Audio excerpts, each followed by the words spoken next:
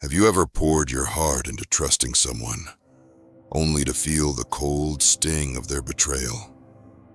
A friend who turned foe, a lover who lied, a colleague who stole your light? You're not alone in this ancient wound. Euripides, the Greek tragedian, wove betrayal into the fabric of his plays, exposing it as a haunting thread of human nature. But why do we trust, even when it leads to ruin? The answer lies buried in our evolutionary past, and it's more unsettling than you might imagine.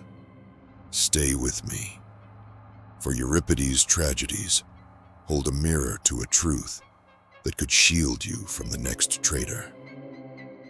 Close your eyes and picture a life where deceit has no power over you.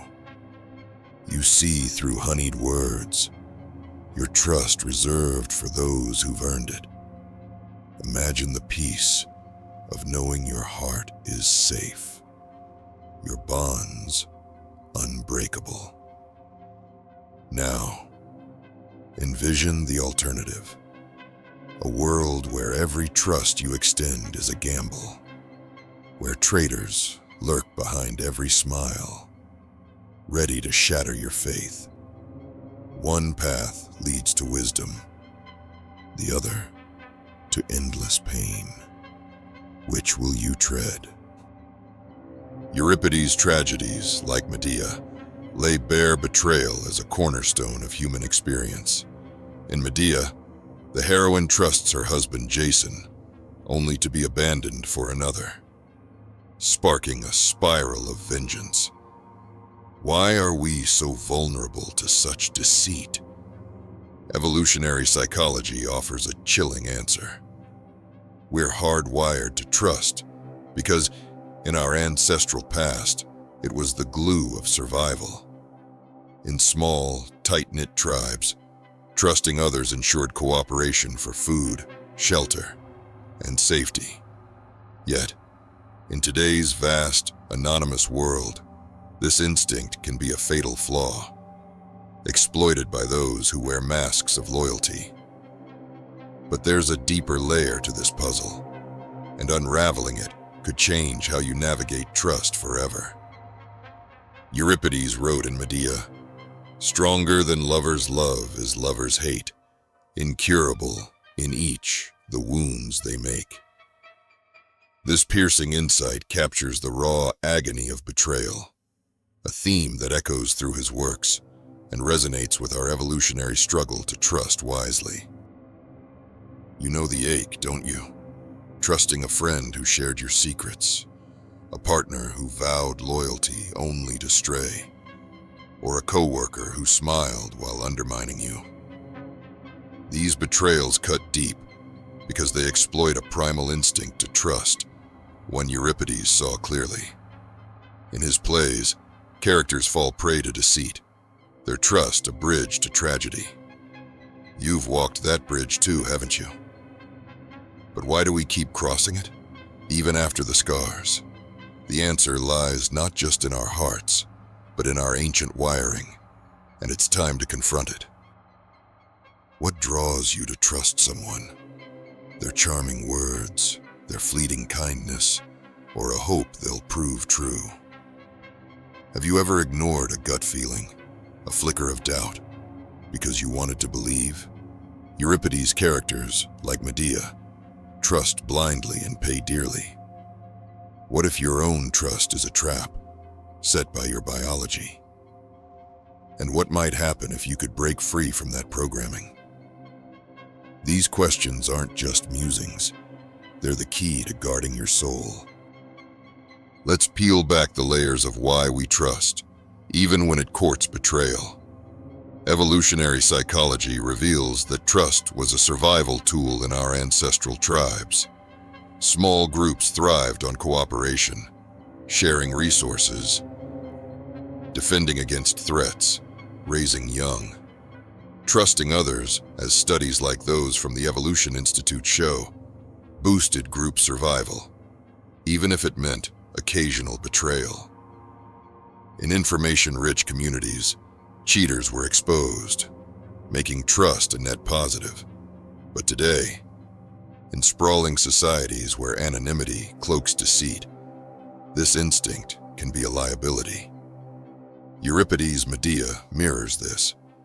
Medea trusts Jason, believing in their shared bond, only to face betrayal when he seeks a new alliance. Her story, like ours, shows how trust, once a strength, becomes a vulnerability when context shifts. This tension ties to broader concepts. In the Bacchae, Pentheus trusts his authority, unaware that Dionysus manipulates him to his doom, reflecting how overconfidence in trust blinds us. Philosophically, this echoes Plato's warnings in the Republic about unchecked trust in leaders, which can lead to tyranny. Psychologically, our bias toward trust, as noted in research on cooperation, leaves us prone to positive illusions, where we overestimate others' goodwill. Euripides' tragedies, with their stark betrayals, serve as cautionary tales, urging us to question our instincts. Blind trust is a ticking bomb. In a world of fleeting connections, online scams, workplace rivalries, shallow promises, the risk of betrayal looms large. Fall for it, and you invite heartbreak, eroded confidence, or worse, a cycle of distrust that poisons your life. Euripides' characters, like Medea, learn this the hard way, their trust leading to ruin.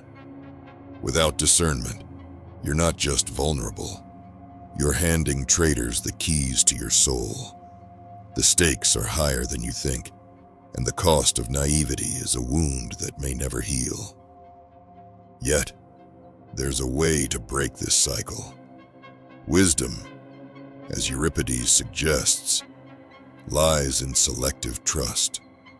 Override your instincts by seeking evidence, consistent actions over time, not just charming words. Question motives. Does their kindness serve a hidden agenda? Set boundaries early, and don't fear walking away from those who raise doubts.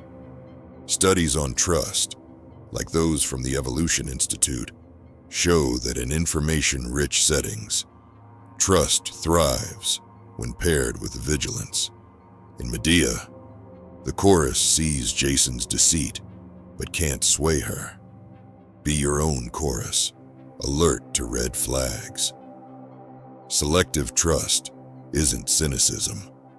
It's the hallmark of a mind that values itself too much to be betrayed again. If Euripides' wisdom has stirred you, if you're ready to trust with eyes wide open, declare it below with, "I choose wisdom." Share your story. When has trust led you astray?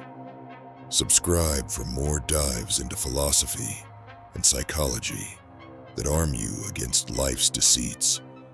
Let's build a community that sees through the masks and stands unshaken.